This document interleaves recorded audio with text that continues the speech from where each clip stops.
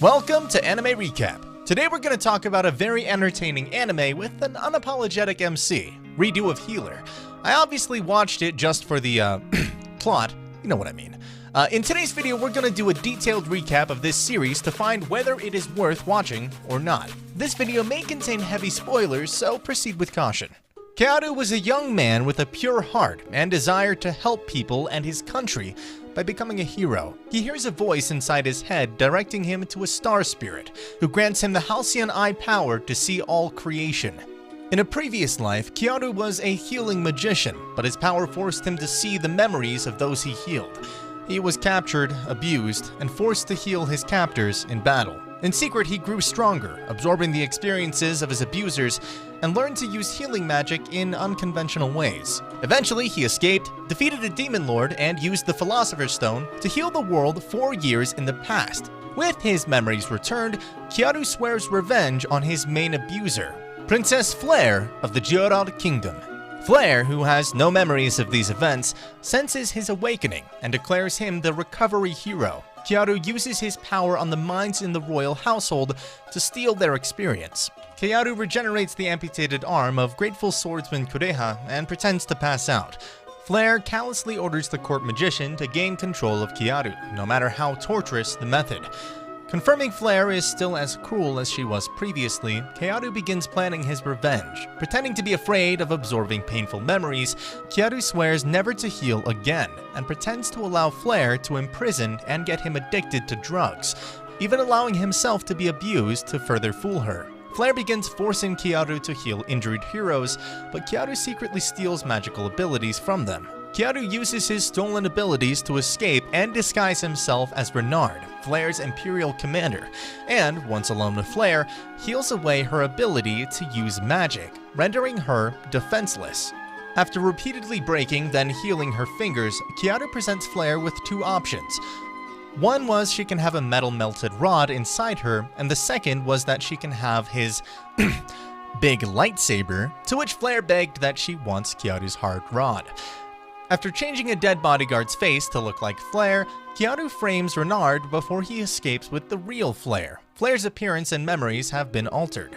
With Flare now an amnesiac, Kearu renames her Freya and convinces her she is his servant and lover, while he changes his face and takes the name Kiarga, the healer, leaving his weak name Kearu behind. Kiarga decides he and Freya must leave the city. Kiarga decided to target his other abusers, Bullet and Blade, before seeking out the demon lord he previously defeated to find out what she had been trying to protect when she died. Kiarga has a nightmare from his previous life. Every night, Flare would force him to pleasure her. Then the sword heroine, Blade, would beat him for touching Flare before assaulting him, since she could not sleep with Flare herself. Finally, Bullet the gun hero was the only one who talked nicely to Kiarga. But he actually wanted to sate his lust by playing Kiarga's body, claiming to love him before choking him unconscious. That's what you'd call a total mess. They later arrive at La Narita, a lawless city dominated by criminals who prey on the poor. With Halcyon Eye, Kiarga detects the town's water is contaminated, making whoever drinks it sick. Using his immunity to poisons, Kiarga creates an antidote from his blood and sells it to a merchant, promising to continue making more in exchange for half the profits. He next visits a slave trader and purchases a female ice wolf demi-human, noting that her rage has kept her conscious despite being infected, and is interested in what will happen once she gets revenge against whoever she hates so much. As Kiarga heals Setsuna, the latter's memories reveal she and other Ice Wolf tribe members had attempted to stop gigguk mercenaries from discovering her village only to be easily overpowered. The dying demi-humans told the mercenaries of their village, and Setsuna would then be sold off to a slave trader. Setsuna wakes up and discovers her ailment has been cured. Although thankful, Setsuna attacks Kiarga out of an obligation to be elsewhere only to be easily subdued.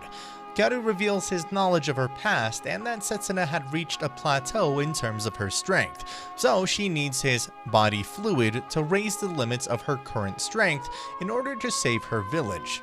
Kiarga offers this to her in exchange for her true name, as knowing fully well she would become his slave. Setsuna accepted it and her level cap has been increased. Keiaga, Freya, and Setsuna arrive atop a cliff facing the Ice Wolf village and discover soldiers had already arrived abusing their captives. Before Setsuna can rush in, Keiaga tells her this was meant to draw out the demi-human warriors and convinces her to wait until he thins out the enemy forces. Once the battle begins between the kingdom and the demi-humans, Keiaga dons a mask and announces himself as the sword hero before charging in.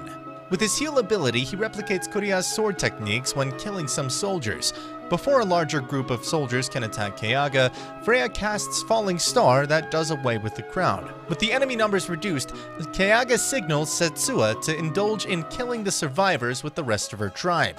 After the battle, Keiaga and Setsuna discover the source of the poisoned water was a corpse of a monster placed in Lanietta's water source by demi-humans. Keiaga offers to either increase the poison's potency or turn the river into medicine. Setsuna chooses the latter, not wanting those uninvolved to be harmed. During another session of mating, Setsuna completely offers herself to Keiaga for aiding her revenge and saving her tribe, before telling him her true name. Afterwards, Keiaga decides that there are many other things for him to do, as he has only started getting revenge. At the Gigguk Kingdom, the king reprimands Renard for allowing Flare to die, but offers him a final chance to restore his reputation. Capture Keiaga using any means necessary. Renard is ecstatic to get revenge, and Norn, standing beside the king, places her hand on the latter's shoulder. At the Gigguk Kingdom, Keiaga overhears that an alleged hero of the sword had eliminated a troop of soldiers using the Keiretto sword technique, which bothers her. After Keiaga, Setsuna, and Freya get wet in the river, and I mean have fun in a river, they make their way to La Narita. They subdue a man on the street who confronts them and kills him after learning he was a deserting soldier from the Ice Wolf village. Upon meeting the merchant, the latter summons the presence of several men to incite Keiaga to give him the recipe of the healing potion. Not wanting blood spilled over something trivial, Keiaga sells him the recipe for 500 gold pieces. On the way out, he reveals to Setsuna and Freya that he withheld the fact that the potion needed antibodies from himself to be effective, and that the illness would soon subside from the town, effectively putting the merchant at a loss of gold. Keiaga is then ambushed by Kureha, who manages to bite his cheek. Kureha declares him the felon who attacked the army protecting the Ice Wolf clan village, and that she would not allow him to disgrace the Keiretto family. Freya and Setsuna attempt to tell the truth of what happened, but Kureha assumes them to be brainwashed. Freya casts a fireball at her, but Kureha manages to evade it and incapacitates her with her sheath. Provoked over the injuring of his property, Keiaga declares he has no choice but to break Kureha. During their duel, Keiaga manages to shatter her sword through alchemical corrosion, but Kureha is able to keep him at bay after drawing another. Keiaga tosses a flask while throwing several knives at her, which she manages to cut.